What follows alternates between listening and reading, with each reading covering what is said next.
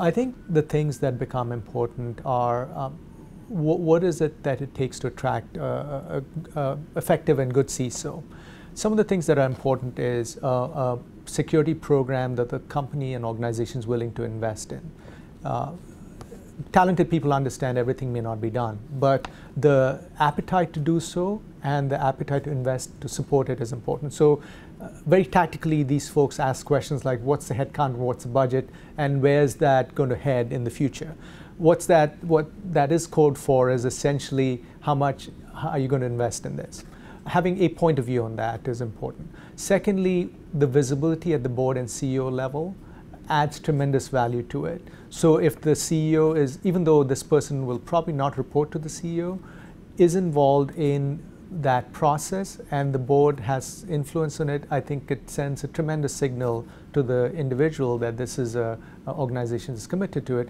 And thirdly, I think recognizing certain dimensions that are important to CISOs in terms of the ability to bring in outside resources as needed, because they have to juggle between budget, between resources and time. So I think those pieces of the puzzle can add to the mix in a way that pure comp doesn't always solve the problem.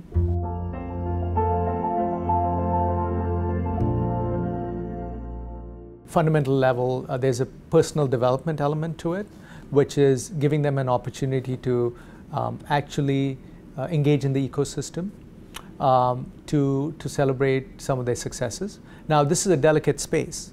If you go out and celebrate too publicly, then that makes you a target. And that is a risk, and that has happened in the past. So it's not an area that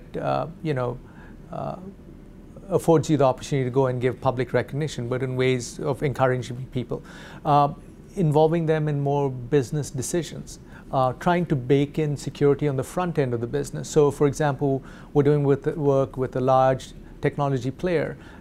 For them, if the cyber security or chief information security officer can be involved in the front end of the development of the technology, that ingrains them in the business.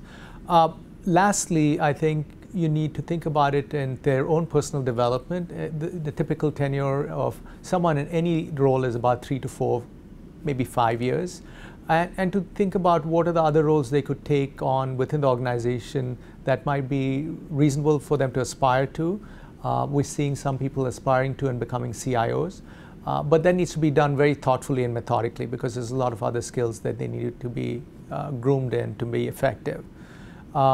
Those are some of the things that I think would help, in addition to providing resources and support and engagement.